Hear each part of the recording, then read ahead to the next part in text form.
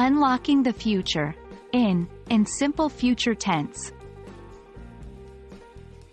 Hello, English learners. Welcome back to our series on verb tenses. Today, we're going to take a closer look at the simple future tense, particularly focusing on using the time expression, in. Understanding how to use in correctly in the simple future tense will enable you to express plans, predictions, and promises in English more accurately. When we talk about the future, we often need to specify when an action will happen. The preposition in is commonly used in English to denote a period of time in the future when an action will occur. To start with, remember the simple future tense is typically formed with will or be going to. For example, I will travel, or I am going to study. Now, let's say you want to specify when these actions will take place. This is where in comes in. Here are a couple of examples to demonstrate this.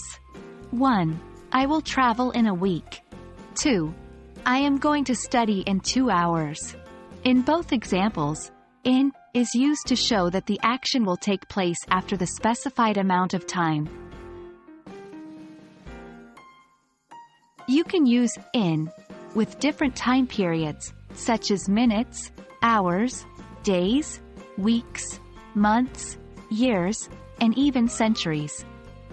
The key is to understand that in shows a specific future time when the action will happen. Let's look at some examples. 1. We will finish the project in 3 months. 2. She is going to make dinner in 30 minutes. 3. They will move to the new house in 2 weeks. In each example, in is helping to specify when the action will occur. In is also used with parts of the day in the simple future tense. For example, 1. I will go to the gym in the evening. 2. She is going to call her friend in the afternoon. In these examples, in is used to specify which part of the day the action will occur. And that wraps up our lesson on using in the simple future tense. I hope this video has clarified how to use this time expression effectively. Remember, practice makes perfect. So, try to use in your everyday conversation when talking about future plans or actions. Keep learning, keep growing, and I'll see you in our next video. Happy learning!